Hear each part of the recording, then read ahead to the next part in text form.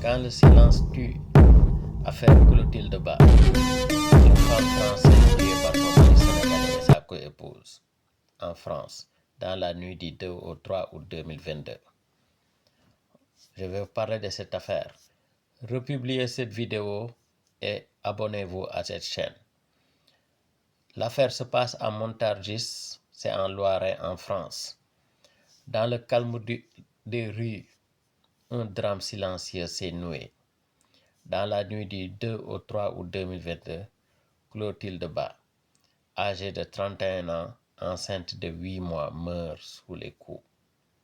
Son bébé ne survivra pas non plus. Ces meurtriers, ces présumés meurtriers, on pourrait dire, parce que l'affaire n'est pas encore vidée. Son mari, Siley Ba, et sa co-épouse qui s'appelle Dieynaba Kandeh. Mais ce crime ne naît pas d'un instant. Il se nourrit de l'ombre, de l'emprise et de la violence invisible. On vous présente les protagonistes. Clotilde rencontre Siley Ba en 2015 au Sénégal. Elle part vivre en France avec lui. Au début, la promesse d'une vie commune, d'un avenir radieux se profile. Puis, progressivement, son monde rétrécit. Elle perd le contact avec sa famille, ses amis et certaines de ses connaissances. L'emprise psychologique s'installe progressivement. En 2018, Dieynaba Kandeh arrive dans le ménage. Officiellement, elle est présentée comme une cousine de Siley Ba. Mais en réalité, Dieynaba est l'ex-épouse de Siley. C'est l'ancienne épouse de Siley. Elle vient vivre dans ce ménage-là. Elle rejoint Siley et Clotilde dans leur maison, puisqu'elle est présentée comme une cousine. Ce rapport est dissimulé. Clotilde n'en sait rien. Se met en place un foyer polygame, caractérisé par le contrôle religieux, la domination masculine et une soumission de Clotilde. Son mode de vie se rigidifie. Peu de sorties, peu de soins, refus de certains suivis médicaux. Et Clotilde étant convertie à l'islam, cette adhésion à une pratique radicale, selon certains témoignages, renforce l'isolement de Clotilde. Et très tôt, des alertes surgissent. Des alertes commencent à surgir en printemps 2022. Les signalements aux services sociaux et Clotilde continue de minimiser, parfois même disant que les blessures venaient d'agressions extérieures. Mais les médecins, les secouristes constateront un autre tableau.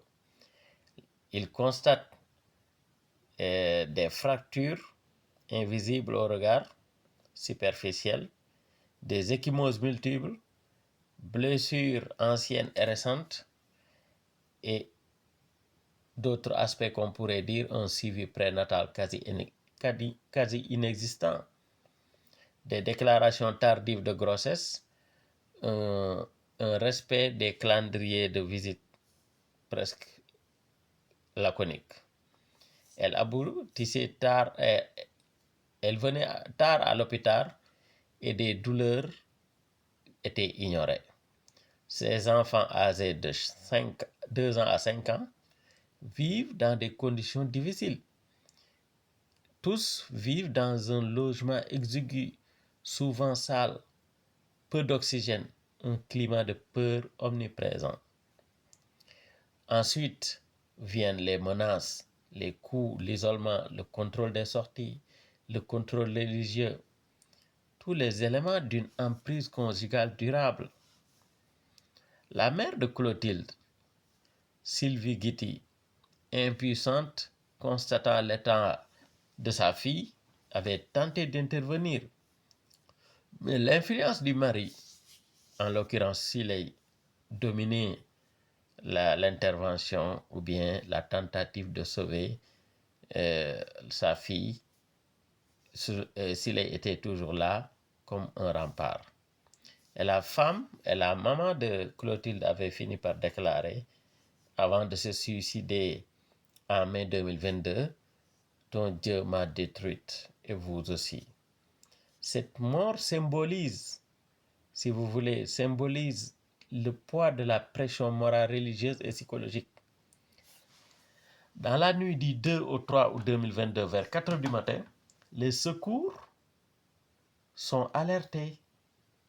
On appelle les secours pour qu'ils se présentent aux 25 rues du Faubourg de la Chaussée, un logement de Montargis. Dans ce T1 où vivent cette famille, vivant à plusieurs, Clotilde est retrouvée inconsciente, enceinte, le corps couvert de marques. Elle décède quelques heures plus tard à l'hôpital.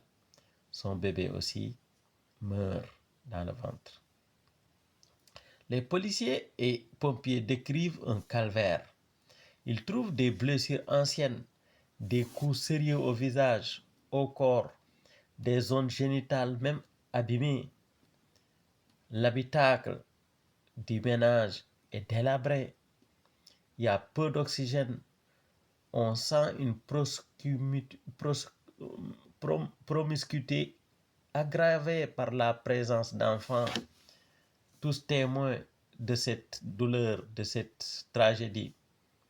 La mort de Clotilde donne lieu à une enquête pour violence habituelle, torture, acte de barbarie, violence mortelle aggravée. Et survient maintenant le procès qui s'est déroulé la semaine dernière. Le procès s'ouvre le 15 septembre 2025 devant la cour d'assises du Loiret.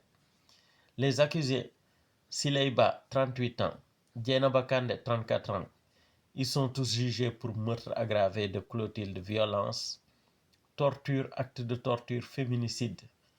Ils encourent la réclusion criminelle à perpétuité. Les répercussions sont multiples. Scandale médiatique, mobilisation des associations féministes, marche blanche dans la commune en hommage à Clotilde. Le cas met en lumière les lacunes du système. Dans la protection des victimes, les violences chroniques ignorées, l'absence de suivi médical, les alertes des proches ou des services sociaux qui n'aboutissent pas toujours à des mesures efficaces. L'isolement social et religieux est un facteur aggravant. Droit, justice criminelle, politique de prévention, tous ont failli. Cette affaire relance le problème de la prévention. L'isolement social est un facteur aggravant. La politique de prévention a failli et relance le débat en France sur les féminicides, l'emprise psychologique, la polygamie informelle, les violences conjugales dans les couples de migrants avec ou appartenance religieuse minoritaire. Et c'est une affaire triste qui met en conflit, en fait, beaucoup de problématiques de la société, que ce soit occidentale, mais la société dans les familles immigrées. Cette affaire de Clotilde n'est pas seulement un fait divers, c'est le reflet d'une réalité encore trop cachée. L'emprise, la violence ne sont pas toujours visibles. Elle ne frappe pas toujours les journaux jusqu'au drame fatal. Clotilde est morte, son bébé est mort. 3 enfants restent sans mère. Leur père est en prison.